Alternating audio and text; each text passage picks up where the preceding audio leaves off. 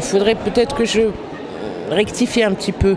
Aujourd'hui, je suis publiée dans des maisons d'édition, dans une maison d'édition algérienne, à la fois en France et en Algérie. Mais pour mon premier roman, pour mon tout premier roman, il a été publié, comme on le disait tout à l'heure, en 96, 97. Et c'était un moment où il n'y avait aucune maison d'édition en Algérie. Il n'y en avait pas. Toutes avaient fermé, vu les conditions dans lesquelles nous vivions. La terreur, le terrorisme, etc., les menaces.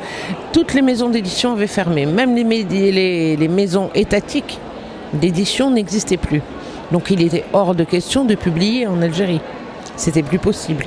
Il n'y avait plus de musique, plus de peinture, plus d'exposition, plus de cinéma, plus rien. C'était un moment où nous avons vécu sous ce qu'on appelle la terreur. Terrorisme, terreur, bien sûr. Et donc, le problème ne s'est même pas posé. C'est pas un choix que j'ai fait. D'abord, je vous ai dit que c'était une amie qui vivait en France, qui a tenu à ce que je sois éditée, donc en France. Mais même à ce moment-là, il était impossible d'avoir une audience quelconque à ce moment-là. Donc je n'ai pas été publiée en Algérie. C'était pas une question de censure, c'est pas une question de volonté délibérée, question de conditions existantes. Pas d'éditeur, pas de publication.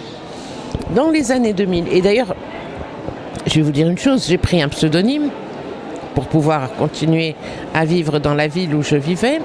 Donc j'ai pris un pseudonyme, j'ai refusé d'être filmée ou photographiée pour pouvoir continuer à vivre en Algérie. Parce que nous vivions tous sous la menace des intégristes. Et voilà. Donc, et à partir des années 2000, la première fois que j'ai pu me montrer à visage découvert et signer des livres et rencontrer mon public algérien, c'était dans les années 2000.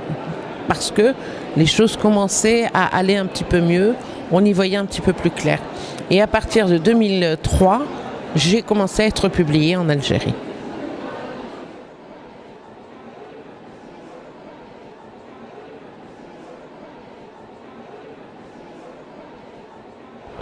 Oui, alors Kamel Daoud est la vedette de ce salon. Il a fait des rencontres et tout. C'est quelqu'un qui aujourd'hui se débat dans de très grandes difficultés en Algérie parce qu'il ose dire tout haut et très fort et avec une plume extraordinaire des choses qui dérangent.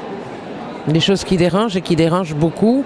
Alors qui dérangent non seulement ceux qui l'ont menacé d'une fête-toi, mais qui dérangent aussi le pouvoir en Algérie. Vous voyez ? Donc c'est la littérature, et moi je crois que c'est une des fonctions essentielles de la littérature, il faut qu'elle dérange. Et Kamel Daoud, si vous voulez, quand on lit les articles qu'écrit, les chroniques qu'il écrit quotidiennement sur le journal, on ne se pose même plus la question de la liberté d'expression en Algérie.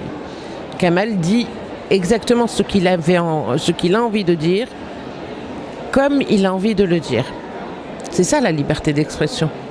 Et il est publié et il est lu par des milliers de personnes chaque jour. Donc on va dire que cette forme de liberté d'expression de la presse en Algérie est quelque chose qu'on a tout à fait, à laquelle on s'est habitué aujourd'hui. Les caricaturistes algériens comme Dilem, comme Le Hic, qui publient quotidiennement, mais alors quotidiennement, des caricatures sur les journaux algériens, des caricatures dans lesquelles ils n'épargnent personne. On va évacuer le sujet religieux, c'est autre chose. Mais et dans des caricatures, donc ils n'épargnent personne, pas même le président de la République, c'est quand même vous dire. La liberté d'expression, c'est pas un leurre en Algérie, c'est une réalité.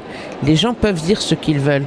Le problème qui se pose aujourd'hui, c'est de savoir pourquoi elle existe. Alors que par ailleurs, la société est muselée, on interdit les manifestations, on interdit beaucoup de choses. Et on se rend compte que finalement, c'est ce qu'on pourrait appeler la soupape de sécurité. On laisse les gens dire, et puis c'est un alibi aux yeux du monde entier. Quand quelqu'un comme Kamel Daoud qui dit ce qu'il dit, et qui vit en Algérie sans être inquiété par le pouvoir, ça prouve bien qu'en Algérie, il y a une liberté d'expression. Mais en même temps, comme Aïssa B raconte une histoire dans laquelle elle met en scène les femmes, etc., qui va la lire en Algérie ? C'est une petite, infime partie de la population. sur tous les gens parce que tout le monde ne lit pas, tout le monde ne lit pas le français, tout le monde n'a pas accès aux livres, tout le monde. Donc, allez, on les laisse faire, on les laisse dire parce que quelque part ça fait bien aux yeux de l'opinion internationale. Elle vit en Algérie, elle peut écrire ce qu'elle veut, c'est magnifique, hein. Mais en fait, il faut savoir que au niveau de l'audience, au niveau des choses, de la réception des textes, il y a quand même beaucoup de choses qui sont tout à fait éloignées de cette forme de liberté d'expression.